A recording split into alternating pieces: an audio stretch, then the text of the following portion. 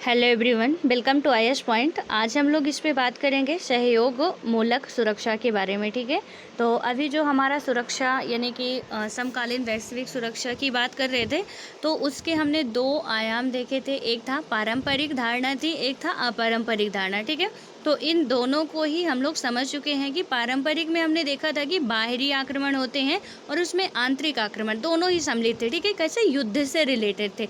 लेकिन अपारंपरिक अवधारणा जो है, हमने उसमें भी बात की थी कि सिर्फ और सिर्फ युद्ध से ही हम ऐसा नहीं कह सकते कि हमें सुरक्षा प्राप्त नहीं होती है। हमें क्या होता है कि यदि युद्ध नहीं भी हो रहा है, महामारी आ रही है किसी भी तरीके की, आपको देखने को मिलेगी किसी भी तरीके से, यहाँ पे आपको मतलब मानसिक रूप से आप नहीं ठीक हो, तो वो भी कहीं ना कहीं आप ये ऐसा कह सकते हो कि ये सुरक्षा आपको यहाँ पे नहीं मिल पा रही है। ठीक है, तो ये सारी चीज़ें हम लोग समझ चुके हैं।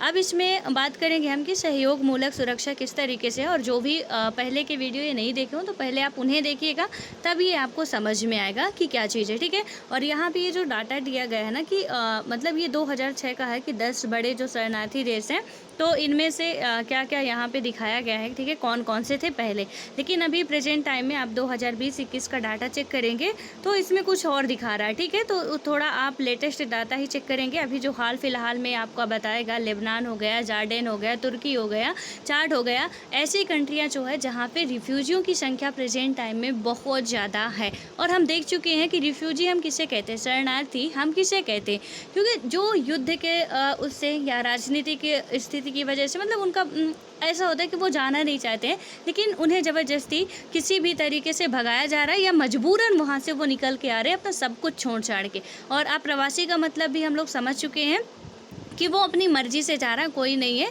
और एक जो यहाँ पे अंतर्राष्ट्रीय जन की बात करते हैं, तो वो यहीं पे मतलब एक राज्य से दूसरे राज्य को विस्थापित हो गए, वो भी बिना मर्जी के। ठीक है, जैसे जम्मू कश्मीर के हिंदू जो भी थे, आपके कश्मीरी हिंदू, उनकी हम लोगों ने बात की थी, कश्मीरी पंडित की। तो इस तरीके से ये कुछ वर्ड हैं, इनकी मीनिंग भी आपको याद रखनी है। ठीक है, तो अभी ये पुराना डाटा तो आप देख ही सकते हैं कि ये यहाँ पे दिखाया गया है जो भी है। ठीक है, कि उस टाइम पे सोवियत संघ या अफगानिस्तान, सूडान वगैरह में ज़्यादा रहते थे, बट अभी 2020-21 का है, वो मैं पिक आपको यहाँ पे दिखा नहीं सकती हूँ। ठीक है, कॉपीराइट आ जाएगा। तो आप लोग गूगल पे जाइएगा और वहाँ से सर्च करिएगा इमेज। आप जब भी सर्च करा करिए ना, तो इमेज में बहुत अच्छी तरीके से हिंदी में मिले तो मिले, वरना इतना कंट्री का नाम वगैरह आप इंग्लिश से पढ़ सकते हैं। ठीक है, तो उसको आप देखिएगा, इमेज जो है वो डाउनलोड भी कर लीजिएगा आप। उसमें पूरा बहुत अच्छी तरीके से आपका दिया गया है कि कहाँ पे जॉर्डन में कितना है, उसके बाद जो भी आपका यहाँ पे लीबिया हो गया, जॉर्डन हो गया, लेबनान हो गया, उसके बाद जो चाड है आपका, इनमें कहाँ कहाँ पे कितना है। ठीक है, तो आप समझ जाएंगे कि क्या कैसे है, लेटेस्ट का डाटा क्या है। अब आते हैं इसमें कि जो सहयोग मूलक सुरक्षा है, और इसकी यदि हम बात करते हैं तो हमने देखा कि सुरक्षा पर मंडराते अनेक जो अपारंपरिक खतरों से निपटने के लिए क्या है, सैन्य संघर्ष नहीं बल्कि आपसी सहयोग की हमें ज़रूरत होती है। तो जो हमारी अपारंपरिक जो हमने बात की थी कि आपकी महामारी हो गई, उसके बाद कई सारे और भी हमारे रीजन्स होते हैं जो कि उससे हमें कहीं ना कहीं निजात पाने की ज़रूरत होती है। देखिए, एक महामारी आ गई तो ज़रूरी है कि यहाँ पे सारे देश मिलके काम करें, अकेले करने से नहीं हो पाएगा। जैसे कोविड-19 का अभी हाल फिलहाल में चल रहा है, तो अब हम यहाँ पे युद्ध नहीं कर सकते। युद्ध हमारा एक रास्ता नहीं होगा कि चाइना ने फैला दिया तो हम उसके जाके सीधे मतलब युद्ध शुरू कर दें। तो ये अब युद्ध की स्थिति में तो हम रह नहीं गए, क्योंकि हमारी शारीरिक स्थिति खराब हो गई है। अब जब युद्ध की स्थिति नहीं है तो उसके बाद हमें तो कुछ बीच का रास्ता निकालना होगा। इसमें यही बताया जा रहा है कि जो हमने पारंपरिक खतरों की बात की है, तो उसमें युद्ध ही एक, उसमें मतलब ये नहीं है कि आप उससे जीत सकते हो। आतंकवाद से लड़ने अथवा मानवाधिकार को बहाल करने में भले ही सैन्य बल की कोई भूमिका हो, और यहाँ भी सैन्य बल एक सीमा तक ही कारगर हो सकता है, क्योंकि आतंकवाद है। आपने कल ही मैंने आपको बताया, ना तो कोई मजहब है, ना कोई धर्म है, ना कोई इनका कुछ है, ना कोई इनकी आपसे दुश्मनी है, ना कोई बैर है। जब ही मन करेगा तभी आपको ये यहाँ पे उठाएंगे, टपका देंगे। ठीक है, इनका ये मेन टारगेट रहता है, इतने को मारना है हमें, यहाँ पे सीधे हमारा ये टारगेट है, इसे हिट करना है, चाहे हमारी जान जाए तो जाए। मतलब कोई इनसे मतलब बिल्कुल न्यूट्रल होते हैं, कोई मतलब नहीं है कि क्या ये मर जाएंगे तो क्या होगा, इनके घर परिवार वालों का क्या होगा, कोई मतलब नहीं है। ठीक है, तो अब ऐसे में किससे आप, जिसका मकसद ही यही बन चुका है कि अब हमको तो बस यही करना ही है, तो कहाँ तक आप इनसे युद्ध करेंगे, क्योंकि इनको तो अपने लाइफ से मोहब्बत है नहीं। ठीक है। और जब अपनी लाइफ से मोहब्बत नहीं है तो वो किसी को भी किसी भी टाइम खतरा मतलब पैदा करने से बिल्कुल रुक नहीं सकते हैं। तो हमारे पास तो एक कहीं ना कहीं ये मूर्खतापूर्ण होगा कि हम युद्ध की तरह से मतलब कि क्या करें कि युद्ध का रास्ता अपना के आतंकवादियों को रोकें। तो ये कहीं ना कहीं आप कह सकते हो कि एक बुद्धिमानी वाला रास्ता ये नहीं निकलेगा, बिकॉज उनके पास कुछ भी ऐसा नहीं है जो कि उनके लायक होने लायक हो। वो कभी नहीं डरते, ठीक है। जो डरते हैं वो आतंकवादी बनते ही नहीं है, और जो बनते हैं उन्हें फिर अपनी जान की भी कोई परवाह नहीं होती है, क्योंकि उनको बहुत अच्छे तरीके से पता है कि उनका काम ही ऐसा है कि वो कभी भी किसी भी टाइम मारे जा सकते हैं। और इसीलिए क्या होता है कि जब हम ऐसा युद्ध करते हैं तो हमारा ही नुकसान होने वाला है, ठीक है। हमारे सैनिक मारे जाएंगे, सब कुछ होगा, क्योंकि उनका तो मर रहे हैं तो कोई बात नहीं, लेकिन इधर जो हो रहा है वो काफ़ी ज़्यादा फिर दिक्कत क्रिएट करेगा। इसीलिए यहाँ पे आपस में मिलकर कि मान लीजिए आतंकवाद को हमें ख़त्म करना है, जो जिन राष्ट्रों से उन्हें पनाह मिल रही, ऐसा है कि जो आतंकवादी हैं वो धरती में ही रह रहे हैं, ठीक है। अभी थोड़ा सा इसकी जड़ को आप समझिएगा कि आतंकवाद हम कहते तो हैं, एग्जैक्टली में जो इसकी डिफिनेशन है क्या है कि यहाँ पे सिर्फ आपको किसी ने एक थप्पड़ मार दिया वो तो आतंकवाद नहीं है, बड़े बड़े टारगेट ये लोग हिट करते हैं, ठीक है। अब जिसे आप इतना बड़ा जो नाम है जिसके उसमें जुड़ जाता है, तो आप देखिए कि इनको कहीं ना कहीं किसी न किसी राष्ट्र से पनाह ज़रूर मिलती है, क्योंकि ये धरती पे रह रहे हैं। कहीं जाके ये ना तो रेगिस्तानी इलाका में रह रहे हैं और ना ही जाके कहीं बर्फ़ वाले इलाका में रह रहे हैं। अब इनको कहीं कि अंटार्कटिका में जाके रह लो, आप नहीं रहेंगे, ये यहीं पे रह रहे हैं जहाँ पे इकोनॉमिकली पॉलिटिकली हर कंडीशन बेटर है, ठीक है। इनको वहाँ से पनाह मिल रही है, तो कोई ना कोई राष्ट्र तो कर रहा है ना, वहीं पर जन्म ले रहे हैं। आप कुछ राष्ट्रों के नाम बिल्कुल बहुत अच्छे तरीके से सुनते होंगे, सऊदी अरब हो गया और ऐसे यहाँ के जो कुछ खाड़ी देश हैं और पाकिस्तान हो गए। तो ऐसा कहा जाता है कि ये लोग क्या करते हैं कि मतलब आतंकवादियों को पनाह देते हैं, ठीक है। इनके लिए क्या कहा गया कि मतलब आप क्या करो कि इनको पनाह देना बंद करो। हम यही कर सकते हैं, वैश्विक रूप से हम एक इस पे जोर दे सकते हैं कि अदरवाइज़ आपके सारे रिश्ते नाते जो भी बने हुए हैं अच्छे तरीके से वैश्विक स्तर पर, वो ख़त्म कर दिए जाएंगे। अभी FATF की ग्रे लिस्ट में जो पाकिस्तान है इसी वजह से, क्योंकि आज भी अभी आतंकवाद ख़त्म करने का नहीं है, और ऐसा ही चलता रहा तो उसे ब्लैक लिस्ट में भी डाल दिया जाएगा, ठीक है। तो इसमें यही होता है कि आपको वित्तीय सहायता वगैरह नहीं दी जाएगी, मतलब जो भी रास्ते अपनाए जाते हैं कि जो भी वैश्विक स्तर से सारी चीज़ें आपको मिलती हैं वो नहीं मिलेंगी फिर। तो कुछ ऐसे करने की ज़रूरत है, वरना हम आतंकवादियों से युद्ध लड़ेंगे तो कोई ये हमारी बुद्धिमानी नहीं होगी। वो सिर्फ एक राष्ट्र के लिए नहीं खतरा है, पूरे विश्व के लिए ही खतरा पैदा कर देते हैं। जब मन करा जहाँ मन करा वहीं कर देते हैं, ठीक है। तो इसलिए हम सबको मिल के सोचना चाहिए, उनका मिडिल पाथ निकालना चाहिए कि युद्ध करने की बजाय हम लोग किस तरीके से उन देशों पर जोर डालें जो इन्हें पनाह दे रहे हैं। जो यदि ये बीमार, ऐसा तो नहीं है बीमार नहीं होते, एक शरीर है बना जो हमारे शरीर की बनावट है, उसी तरह उनके शरीर की भी बनावट भगवान ने कोई अलग तरीके से उन्हें नहीं बनाया। उनकी मेंटेलिटी अलग चेंज हो गई, ठीक है, वो उन्होंने खुद से किया। अब जब उनकी मेंटेलिटी अलग चेंज हो गई तो ऑब्वियस है कि ये बीमार भी होते होंगे, इनको कभी बुखार भी आती होगी, इनको कभी चोट भी लगती होगी, तो कहीं ना कहीं इनको डॉक्टरी भी मिलती होगी ना। इनको खाने के लिए भोजन भी लगता होगा, पानी भी लगता होगा, तो कहीं ना कहीं से तो इनको सब मिल रहा। हथियार है तो हथियार ये खुद से तो बना नहीं रहे, कहीं ना कहीं से इन्हें मिल रहा, ठीक है। और जब ये सारी चीज़ें हो रही हैं तो हम उन राष्ट्रों पर रोक लगाएं जो ऐसा कर रहे हैं, उन्हें जो पनाह दे रहे हैं फलने फूलने के लिए, उनको पानी दे रहे हैं, हम उन पे रोक लगाएं। ये होगी हमारी वैश्विक स्तर पर कि हम इस पे मिलजुल कर काम करें, सारे देश एक साथ आवाज़ उठाएं कि हमें इन पर रोक लगाना चाहिए। आई होप कि आप समझ चुके होंगे। और हमारे मोदी जी भी चिल्लाते रहते हैं कि पाकिस्तान ये आतंकवाद पर अभी रोक नहीं लगा रहा, रोक लगाना चाहिए, सब लोग मिल के आवाज़ उठाएंगे, वो सारी चीज़ें होती रहती हैं, ठीक है। हालांकि वो डायरेक्ट नहीं कहते पाकिस्तान का नाम, लेकिन आतंकवाद ज़रूर कहते हैं कि आतंकवाद को हमें ख़त्म करने के लिए ज़रूर से ज़रूर कदम उठाने चाहिए। और हर एक मुद्दे में कहीं ना कहीं ये आतंकवाद वाला मुद्दा उठ ही आता है, क्योंकि काफ़ी मतलब हानिकारक है ये भी। अब देखिए क्या हुआ था यहाँ पे कि यदि हम बात करें कि सैन्य बल, तो ठीक है कि आप ज़्यादा ज़रूरी नहीं होता। अभी जो मैंने आपको बताया कि वो कहीं ना कहीं एक हमारा मूर्खतापूर्ण कदम होगा, ठीक है। ऑन द स्पॉट आपको अपनी जान बचानी है तो सैन्य बल उपयोग करो, बट आप सीधे से ऐसा कहो कि पूरी सैन्य ताकत बस उनको ही ख़त्म करने में हम लगा दें, तो ये कहीं ना कहीं उचित नहीं है। हमें करना चाहिए, बट कब तक करेंगे, इसका रास्ता भी हमें निकालना होगा, ठीक है। और उसके बाद अब क्या होता है कि गरीबी मिटाने, तेल और बहुमूल्य धातुओं की आपूर्ति बढ़ाने, अप्रवासियों और शरणार्थियों की आवाजाही के प्रबंधन तथा महामारी में नियंत्रण और सैन्य बल से क्या मदद मिलेगी, यानी कि क्या आप सोच सकते हो कि इन सब में मदद मिलेगी हमारे सैन्य बल से। और यहाँ पे क्या होगा कि अधिकांश जो भी आपके ऐसे मामले हैं जिनमें सैन्य बल का प्रयोग करना काफ़ी मतलब सही नहीं है, ठीक है। और उसके बाद क्या होगा कि ज़्यादा प्रभावी यही होगा आपका कि अंतर्राष्ट्रीय सहयोग से रणनीतियाँ तैयार की जाएं और सहयोग द्विपक्षीय देशों के यानी दो देशों के बीच क्षेत्रीय, महादेशीय अथवा वैश्विक स्तर का हो सकता है, यानी कि दो देश मिलकर कुछ ऐसा काम कर सकते हैं कि इस पे रोक लगाई जाए। या तो क्षेत्रीय हो सकता है कि जैसे दक्षिण एशिया के राष्ट्र मिल जाए, सार्क संगठन बना दिया, ब्रिक्स के कुछ राष्ट्र हो गए, वो अपना क्षेत्रीय बना दे, ठीक है। तो इस तरीके के जो संगठन है वो काम कर सकते हैं। महादेशीय अथवा जो वैश्विक स्तर के हो सकता है, ठीक है। हम किसी भी तरीके से यहाँ पे काम करने के लिए अग्रसर हो सकते हैं, और यह इस बात पर निर्भर करेगा कि खतरे की जो प्रकृति है वो क्या है, ठीक है।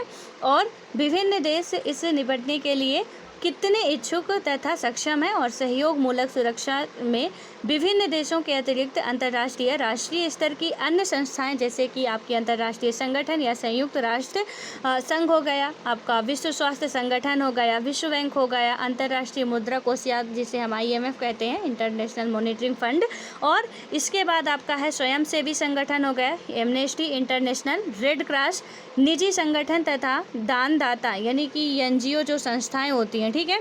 तो इनके बारे में आप देख सकते हो, चर्च और धार्मिक संगठन हो गया, मजदूर संगठन हो गया, सामाजिक और विकास संगठन हो गया, यहाँ पे व्यावसायिक संगठन और निगम तथा जानी मानी हस्तियाँ जैसे कि नेल्सन मंडेला, मदर टेरेसा शामिल हो सकती हैं, ठीक है। अब देखिए यहाँ पे ये प्लीज़ इन संगठनों का आप नाम लिख लीजिए, अच्छा होगा कि आप इन्हें लिख लीजिए, ठीक है, कि किस तरीके से हम हर समस्या से, सिर्फ आतंकवाद के लिए नहीं, हम बीमारी के लिए भी, आतंकवाद के लिए भी, गरीबी के लिए भी, भुखमरी के लिए भी, ये सिर्फ एक मुद्दा नहीं है कि हमारे राष्ट्र में हो रहा, हर राष्ट्र में हो रहा, तो इसका हमें रास्ता निकालना पड़ेगा। अब देखना ये है कि खतरा जो है ना वो उसकी जो प्रकृति है वो कैसी है, यानी कि इसका खतरा छोटे स्तर पे हो रहा है या बड़े लेवल पे हो रहा। मान लीजिए कि कोई बीमारी है तो वो सिर्फ एक दक्षिण एशिया के राष्ट्रों में कुछ फैल गया, ठीक है। मान लीजिए स्वाइन फ्लू आया, दक्षिण एशिया तक है। अब दक्षिण एशिया को आपको पता है कि 6-7 कंट्रियां ही इसमें, ये क्षेत्रीय एक आपका खतरा हुआ, ठीक है। अब यहाँ पे दक्षिण एशिया के लिए एक संगठन बनाया गया है जिसे हम सार्क कहते हैं। अब इनकी ये रिस्पॉन्सिबिलिटी बनती है कि ये मिल के यहाँ पे ऐसा कुछ काम करें ताकि इससे ये निजात पा सके। अब मान लीजिए आतंकवाद की घटना आ गई। अब जब आतंकवाद की घटना आ रही है तो सिर्फ एक देश पनाह तो दे नहीं रहा, ठीक है। अब ये एक देश में आतंकवाद की घटना घट नहीं रही है तो हम UNO जैसी कुछ संस्थाओं का सहारा लेंगे कि वो कहीं ना कहीं यहाँ पे हेल्प करें, या विश्व की कुछ ऐसी और भी जो संस्थाएं हैं हम उनका सहारा लेंगे, ठीक है। हमें वित्तीय समस्या आ गई, वित्तीय समस्या के लिए हम क्या करेंगे, वर्ल्ड बैंक या IMF के द्वारा जो भी रिपोर्ट वगैरह निकाली जाती हैं या जो भी उनके द्वारा कुछ बातें बताई जाती हैं हम उनका सहारा लेंगे, ठीक है। उसके बाद आपका हेल्थ से रिलेटेड हमें कोई भी इशू आ गया, ठीक है, तो हम क्या करेंगे, इसमें जब भी हेल्थ से रिलेटेड हमें कुछ भी देखने को मिलेगा हम कहाँ जाएंगे, WHO का सहारा लेंगे, ठीक है।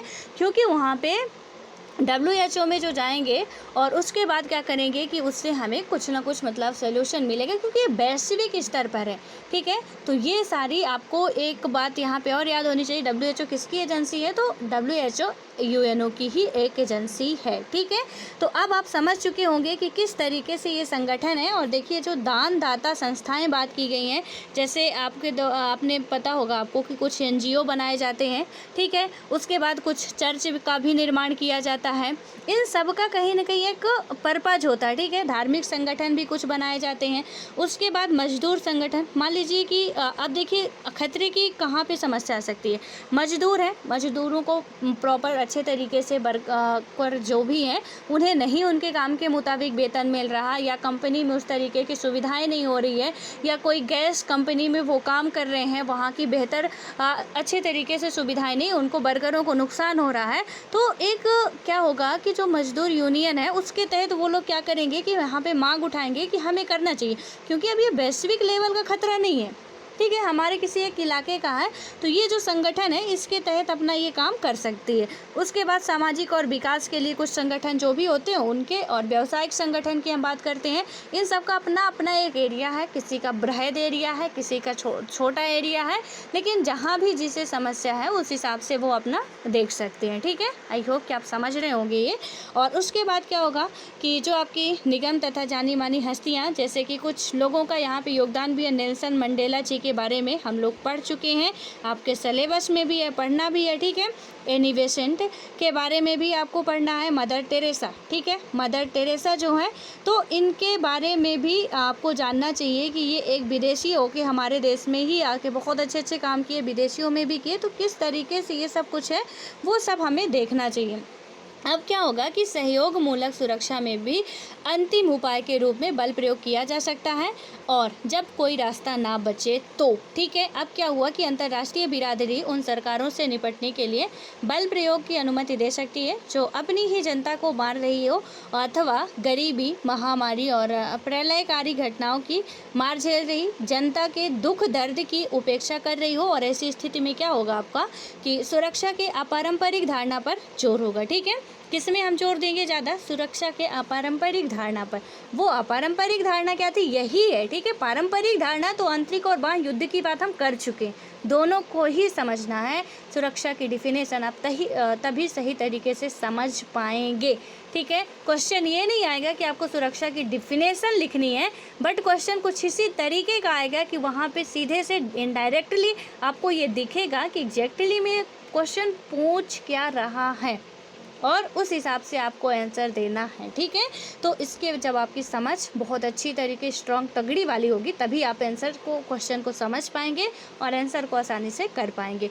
अब देखिए यहाँ पे क्या हुआ कि यहाँ पे यदि हम बोले कि जो अपारंपरिक पर जोर देगा, और यहाँ पे बल प्रयोग सामूहिक तरीके से और सामूहिक रूप से किया जाए, ना कि कोई एक देश, अंतर्राष्ट्रीय बिरादरी और स्वयंसेवी संगठनों समेत अन्य की मर्जी पर क्या होगी, कान दिए गए बगैर बल प्रयोग रास्ता अख्तियार कर ले।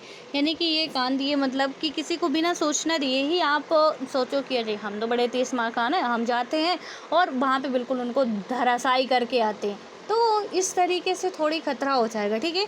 इसलिए आप सब मिल के काम करेंगे, हम सब मिल के काम करेंगे तो अच्छा हो जाएगा, आसानी से हो जाएगा, जल्दी भी हो जाएगा। अब आते हैं यहाँ पे कि जो भारत है, अब भारत सुरक्षा की रणनीति अभी थोड़ा सा हम देख ही लेते हैं। वैश्विक के बाद हमको भारत की तो समझना ज़रूरी है, क्योंकि इसलिए तो हम पढ़ रहे हैं, ठीक है। अब यहाँ पे क्या हुआ कि भारत को पारंपरिक यानी कि सैन्य और अपारंपरिक खतरों का सामना करना पड़ा है, और ये खतरे सीमा के अंदर से भी उभरे हैं और बाहर से भी उभरे हैं। और भारत की सुरक्षा नीति के 4 बड़े घटक हैं। ये कौन कौन से हैं जो आपकी भारत के सुरक्षा नीति के 4 बड़े घटक हैं, और अलग अलग वक्त में इन्हीं घटकों के हेर फेर से क्या हुआ है कि सुरक्षा की रणनीति बनाई गई है। सुरक्षा नीति का जो पहला कदम है आपका, ठीक है, इंडिया को लेके जो सुरक्षा नीति का पहला यहाँ पे घटक है वो होता है सैन्य क्षमता को मजबूत करना। क्या कि भारत अपनी सैन्य क्षमता को मजबूत करे, क्योंकि हम ऐसे कई युद्ध झेल चुके हैं, आतंकवादी हमले भी हम झेल चुके हैं और युद्ध भी। देखिए पाकिस्तान का युद्ध हुआ भारत और पाकिस्तान का 1948 में, ठीक है।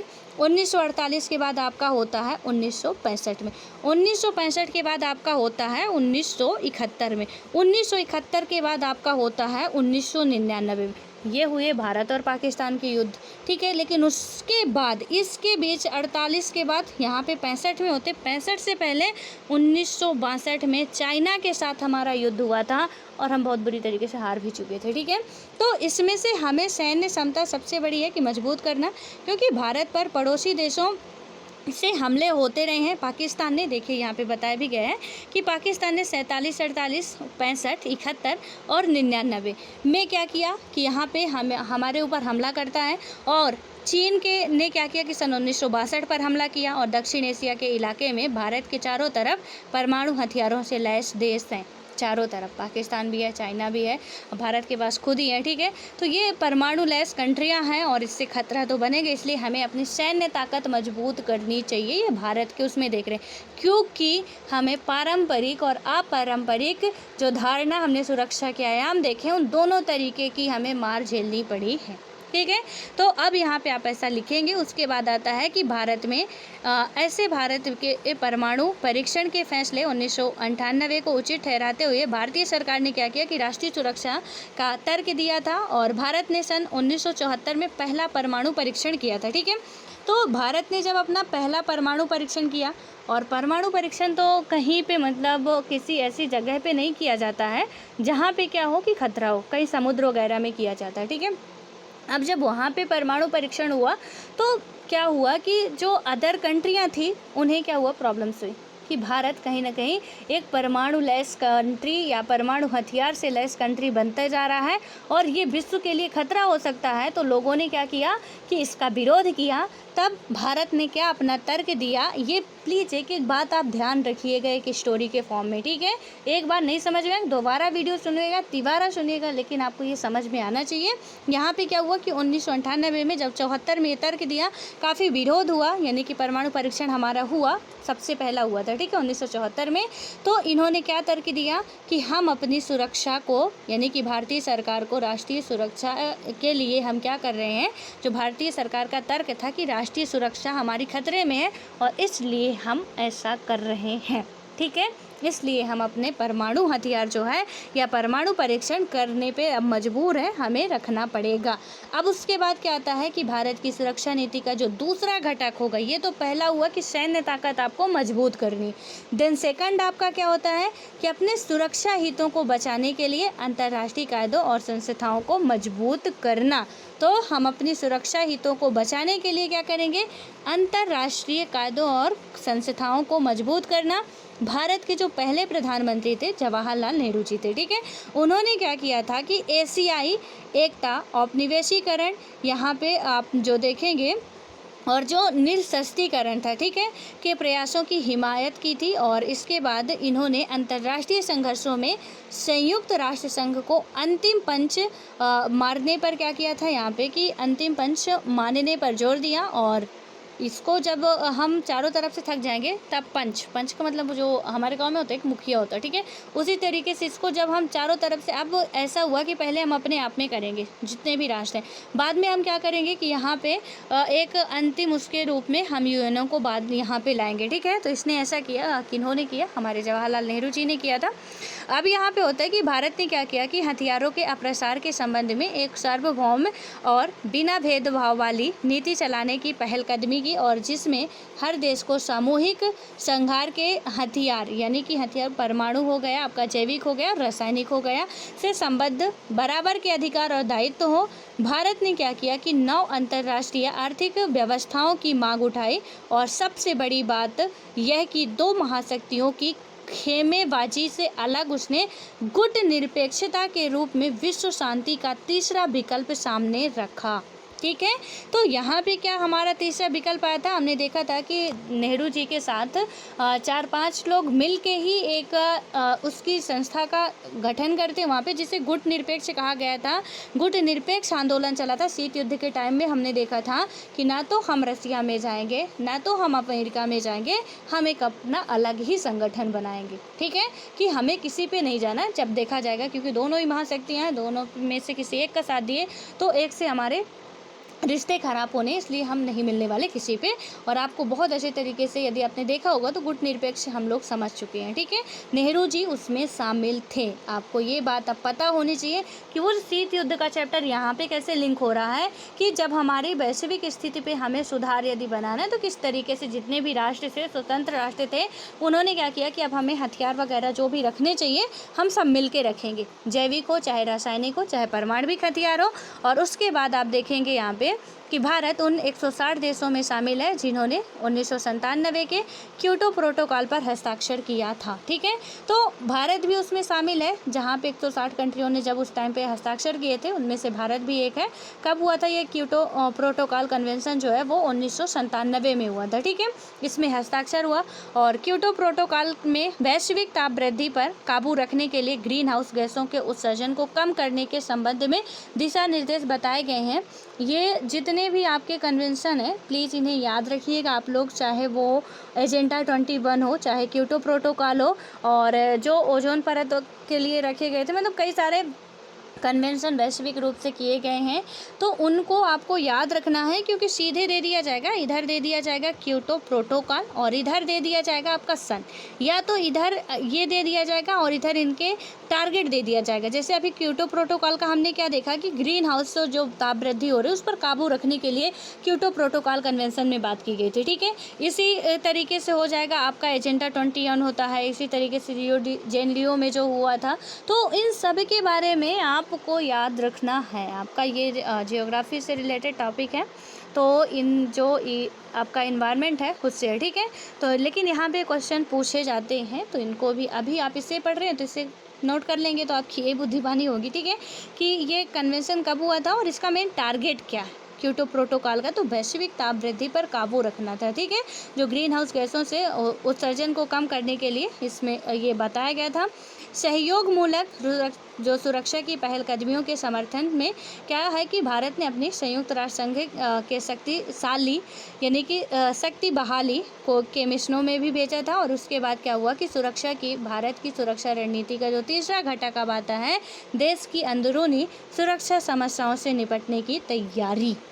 अब कैसे आ गए हैं, जो देश का तीसरा घटक हमने पहला देखा सैन्य बल मजबूत करो, आप दूसरा देखा अंतर्राष्ट्रीय स्तर पर आप अच्छे तरीके से अपनी मजबूती पकड़ बनाओ, और तीसरा हम देख रहे हैं कि भारत के परिप्रेक्ष्य में चाहे इंटरव्यू में क्वेश्चन पूछा जाए, चाहे मेंस में क्वेश्चन पूछा जाए, आपको ये कुछ की पॉइंट्स याद रखने हैं। कौन कौन से, पहला क्या था, सैन्य बल सुधार करना। ठीक है, भारत की जब सुरक्षा की बात करेंगे। दूसरा क्या था, अंतर्राष्ट्रीय स्तर पर हमारी अपनी स्थिति मजबूत करनी है। आपका तीसरा क्या दिख रहा है कि आपको यहाँ पे क्या करना है कि जो अंदरूनी सुरक्षा, ठीक है, इसको भी आपको नज़रअंदाज नहीं करना है, क्योंकि हम अंदर से मजबूत होंगे तो ही बाहर कुछ कर पाएंगे। ठीक है, तो यहाँ पे अब अंदरूनी समस्या आपकी क्या थी, इसमें नागालैंड हो गया, मिजोरम हो गया, पंजाब हो गया और कश्मीर जैसे क्षेत्रों से कई उग्रवादी समूहों के समय समय पर इन प्रांतों को भारत से अलगाने की कोशिश की। भारत ने क्या किया कि राष्ट्रीय एकता को बनाए रखने के लिए लोकतांत्रिक राजनीतिक व्यवस्था का पालन किया, और यह व्यवस्था क्या हुई कि विभिन्न समुदायों और जन समूहों को, यहाँ पे आप देख सकते हैं कि किस तरीके से जो पंजाब था, हरियाणा था, आपका मेघालय था, नागालैंड था ना, इन सब का मतलब भारत एक नहीं था। ठीक है, उसे एक बनाया गया। अभी इस पैराग्राफ को पढ़ के फिर मैं समझाती हूँ आपको। यहाँ पे क्या हुआ कि अपनी शिकायतों को खुलकर रखने और सत्ता में भागीदारी करने का मौका दिया गया। और आखिर में क्या हुआ कि इस बात में आप देखेंगे पूरा पढ़ने के बाद कि एक बात यह है कि भारत में अर्थव्यवस्था को इस तरह विकसित करने के प्रयास किए गए हैं कि बहुसंख्यक नागरिकों को गरीबी और अभाव से निजात मिले, तथा क्या हो, नागरिकों के बीच आर्थिक असमानता ज़्यादा ना हो, और ये प्रयास ज़्यादा सफल नहीं हुए। हालांकि हमने प्रयास किया कि जो भी बहुसंख्यक लोग हैं, काफ़ी ज़्यादा मतलब गरीबी से झेल रहे हैं, भुखमरी है, उन्हें हम सिमिलर बनाएं, लेकिन कहीं ना कहीं क्या हुआ कि उतना हम सक्सेस नहीं हो पाए हैं। ऐसा नहीं कि हमने प्रयास नहीं किया, प्रयास तो बहुत किया हमने, बस सक्सेस नहीं हो पाए। ठीक है, उस तरीके से कुछ टारगेट भी अचीव किया, और मुझे नहीं लगता कि कोई भी टारगेट किसी भी राष्ट्र का वो 100% सक्सेस हो पाता होगा। जैसे अभी हमने जो SDG लाया है, क्या आपको लगता है सस्टेनेबल डेवलपमेंट गोल है जो 17 है, 2030 तक हम उसे पूरा कर लेंगे? हम क्या, कोई भी राष्ट्र अभी नहीं लगता कि टारगेट अचीव कर पाएगा। क्योटो प्रोटोकॉल कन्वेंशन हुआ था कि ग्लोबल वार्मिंग को मत बढ़ाओ, कौन सा राष्ट्र ऐसा कर रहा है? ठीक है, कि वहाँ पर हम नहीं बढ़ाएंगे। कौन सा राष्ट्र ऐसा कह रहा है कि हम बिल्कुल भी कोल फ्री हो गए हैं या पेट्रोलियम फ्री हो गए हैं, या यहाँ पे हम ये जितने भी प्रदूषण फैलाने वाले चीज़ें थी हमने उन्हें बंद कर दिया? नहीं हो सकता, 100% नहीं पा सकते। ठीक है, लेकिन हम कोशिश, ऐसा तो नहीं कोशिश करना छोड़ दें। UPSC की तैयारी हम सब करते हैं, जरूरी तो ना सबका सिलेक्शन होगा, लेकिन हम कोशिश ज़रूर करते हैं। ठीक है, तो यहाँ पे कोशिश ज़रूर की गई है। तो आप ऐसा नहीं कहेंगे कि सरकार के द्वारा कुछ किया ही नहीं गया है, ज़रूर किया गया है। हम उतना, ये बात सच है कि उतनी हम सफलता अचीव नहीं कर पाए हैं और आने वाले समय में भी आप नहीं कर सकते, ये सच्चाई है, ठीक है। कि कितना भी हो जाए, जैसे पहले रहता था, हड़प्पा सभ्यता में पढ़ते थे आप लोग, बहुत अच्छी सब सारे तरीके की सुविधाएं होती थी, वो आज के युग में कहाँ देखने को मिलती है। और उसके बाद क्या होता है कि हमारा देश जो है अब भी गरीब है और असमानताएं मौजूद हैं, फिर भी लोकतांत्रिक राजनीति से ऐसे अवसर उपलब्ध हैं। देखिए, आंसर लिखने का जो तरीका होता है आपका, हमने पूरी अच्छाई भी की, बुराई भी की, सब कुछ की, ओवरऑल कंक्लूजन में क्या इस पाठ का जो कंक्लूजन निकल के आता है, आपको क्या समझा रहा है। देखिए कितना बेहतर तरीके से लिखा गया है। एनसीईआरटी पढ़ने में ना आपको लिखने की समझ बहुत अच्छे से डेवलप हो जाएगी, कुछ हो जाए ना हो, ठीक है। इसमें क्या लिखा गया है कि आखिर में आप ये बात कह सकते हैं कि भारत में अर्थव्यवस्था को इस तरह विकसित करने के प्रयास किए गए हैं कि बहुसंख्यक गरीबों की जो बहुसंख्यक नागरिकों को गरीबी और अभाव से निजात मिले तथा नागरिकों के बीच आर्थिक असमानता ज़्यादा ना हो, और ये प्रयास ज़्यादा सफल नहीं हुए। आपने पहले बता दिया कि भारत के द्वारा ये किए गए, लेकिन आपने बाद में ये भी बता दिया कि ये प्रयास अभी सफल नहीं हुए ज़्यादा, और आप आगे ये भी बता दोगे कि हमारा देश अब भी क्या है कि गरीब और असमानता ये हमारे देश में मौजूद है। फिर भी अभी आपने ये कहा ना कि फिर भी यहाँ पे मौजूद है, लेकिन उसके बाद भी आप क्या लिखोगे यहाँ पे, फिर से आप थोड़ा अच्छा ही लिखोगे कि लोकतांत्रिक राजनीति से ऐसे अवसर उपलब्ध हैं कि गरीबी यानी कि गरीब और जो वंचित नागरिक अपनी आवाज़ उठा सकें। भले ही हम अचीव नहीं कर पाए या नहीं हो पाए, आज भी गरीबी है, असमानताएं हैं, लेकिन लोकतांत्रिक राजनीति लाके हमने ये अवसर उन्हें दिया है, गरीब और वंचित लोगों को, कि वो अपनी आवाज़ उठा सके, ठीक है।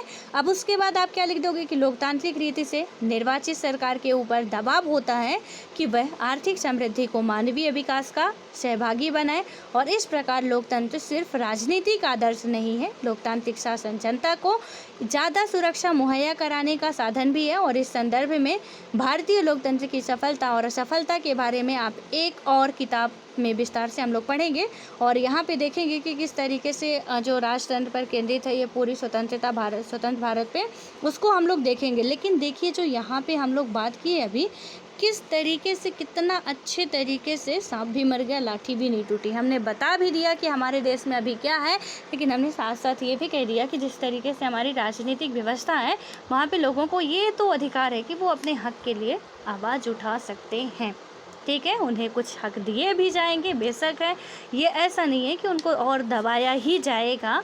और इस तरीके से आप सुरक्षा के, आई होप कि सुरक्षा को सबसे पहले समझ गए होंगे कि सुरक्षा का सिर्फ एक डायमेंशन नहीं है, उसके कई डायमेंशन हैं। देन उसके बाद सुरक्षा किस तरीके से हमें चाहिए, सुरक्षा सिर्फ हमें युद्ध से नहीं चाहिए, हमें शारीरिक मानसिक हर तरीके की सुरक्षा चाहिए।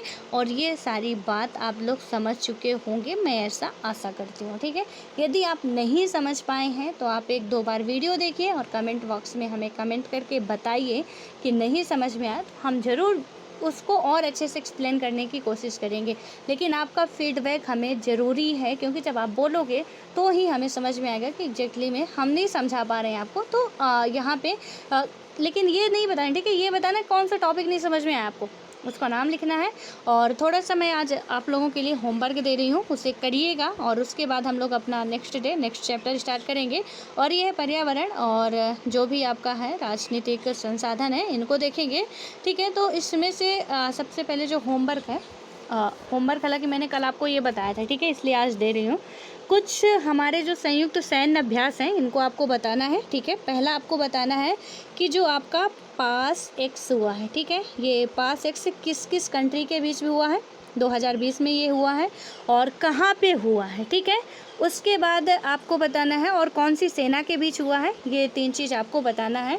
उसके बाद आप बताएंगे कि सिम्बेक्स करके एक है, ठीक है, तो सिम्बेक्स ये युद्धाभ्यास है, ये किस किस कंट्री के बीच में हुआ है, कहाँ पे हुआ है, कौन सी सेना के बीच में हुआ है। आपको तीसरा बताना है कि एक इंद्रधनुष 5 हुआ है, ठीक है, इंद्रधनुष 5 2020 में हुआ है, तो ये कहाँ पे हुआ है, इंद्रधनुष जो है आपका 5, ये ऐसे लिखा होगा।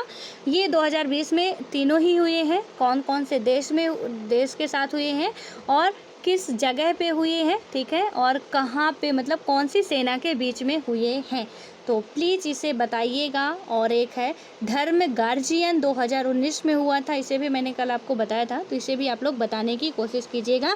ये 4 हैं और चारों का आंसर आपको देना है कि कौन कौन से राष्ट्रों के बीच हुआ था और किस जगह पे हुआ था और कौन सी सेना के बीच हुआ था, ठीक है। आशा करती हूँ कि आप सभी लोग आंसर देंगे और ऑल द बेस्ट। बस पढ़ते रहिए, खुश रहिए।